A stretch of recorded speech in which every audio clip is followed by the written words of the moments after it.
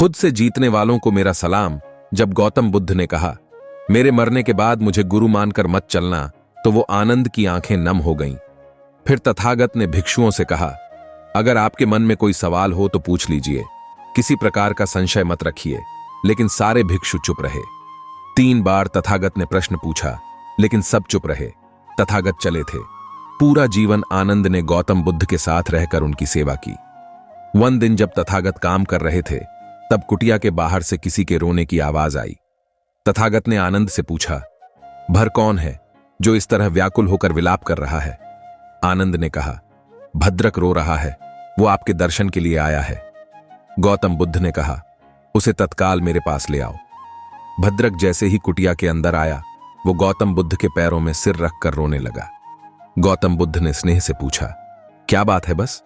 अदरक ने कहा, आपकी वृद्ध अवस्था देखकर मैं विचलित हो गया हूं। जब आप हमारे साथ नहीं होंगे, तब हमारा मार्गदर्शन कौन करेगा?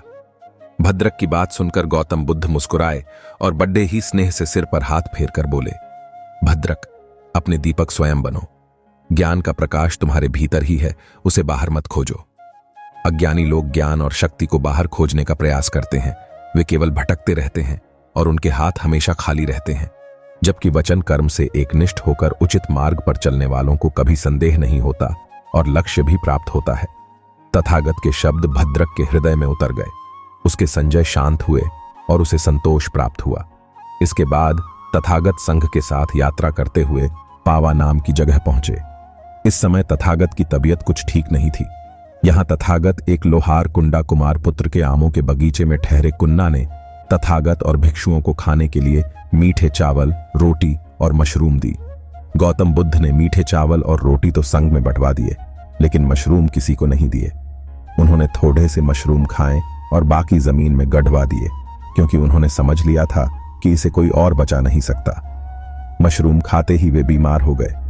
उनके पेट में दर्द शुरू हुआ, लेकिन तथागत यात्रा नहीं रोकना चाहते थे, इसलिए कुछ देर उन्होंने आराम किया, फिर आगे यात्रा पर निकल गए।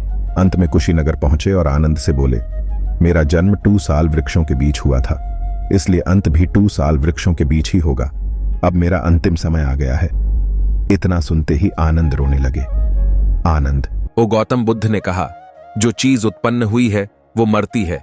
निर्वाण अनिवार्य और स्वाभाविक है। कुंदा के लिए संदेश।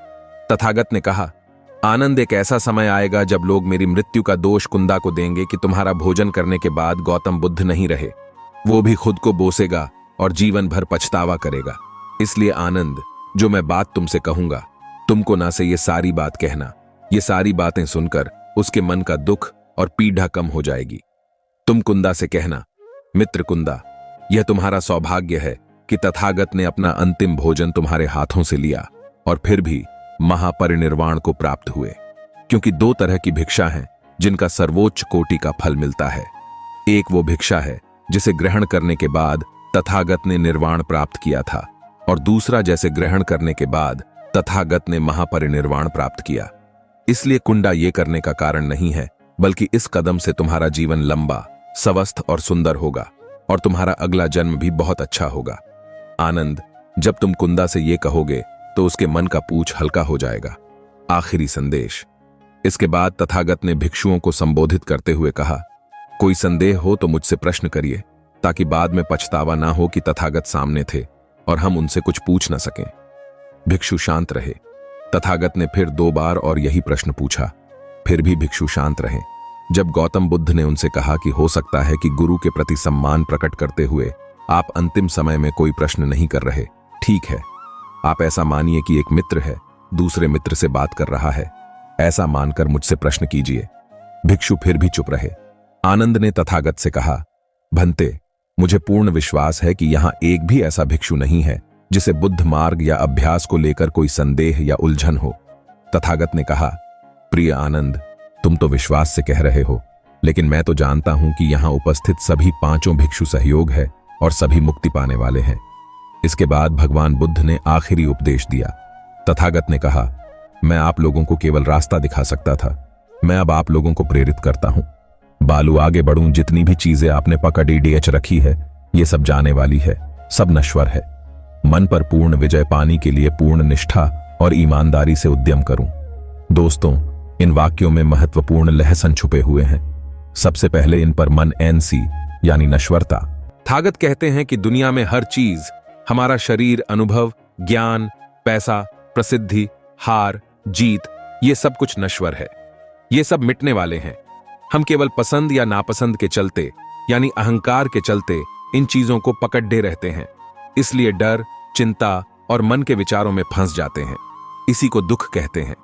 इस दुख से मुक्त होने के लिए हमें सबसे पहले नश्वरता को स्वीकारना होगा कि कोई भी अनुभव, कोई भी ज्ञान, ये शरीर कुछ भी टिकने वाला नहीं है। सब कुछ प्रकट होता है और नष्ट होता है। सब कुछ जन्म लेता है और मिट जाता है। हर विचार केवल आ रहा है और जा रहा है। इसके बाद सचेत होकर हमें इस पल में रहना है। तथागत के संदेश का दूसरा लहसन है माइंडफुलनेस। गौतम बुद्ध कहते हैं कि अपनी साधना और प्रयास पर पूर्ण भरोसा रखो, यानी जीवन के हर पहलू में, हर स्थिति में सचेत रहकर विचारों, इच्छाओं, वासनाओं, सुख, दुख, सबको बिना विचलित हुए देखो। ऐसा करने से हम प्रेजेंट मूवमेंट में यानी इस पल में रहते हैं और सभी प्रकार के संशय और दुख से दूर हो जाते हैं। एकनिष्ठ। तथागत कहते हैं कि जब मन नियंत्रण में होता है तो बाहर सहायता ढूंढने की इच्छा खत्म हो जाती है। इसलिए वही सफल होगा जो अपने अभ्यास से सच को जानेगा कि शक्ति और शांति का सोर्स आपके अंदर ही है। इसलिए दोस्तों, यह बात जानो कि सारी शक्ति आपके एकनिष्ठ अभ्यास में छुपी है। इसलिए अपनी सहायता खुद करो।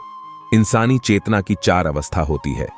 ओशो कहते हैं कि सच्चाई यह है कि मन आपको छू भी नहीं सकता, क्योंकि मन आपको नहीं बल्कि आप में प्रकट होता है। पोषों की अद्भुत कहानी पर अगला वीडियो देखिए या बाद के लिए सेव कर लीजिए, क्योंकि आपके समय से कोई वीडियो, कोई ऐप, कोई नहीं है। मैं काम के किस्से लाता रहूंगा। हम जीतेंगे।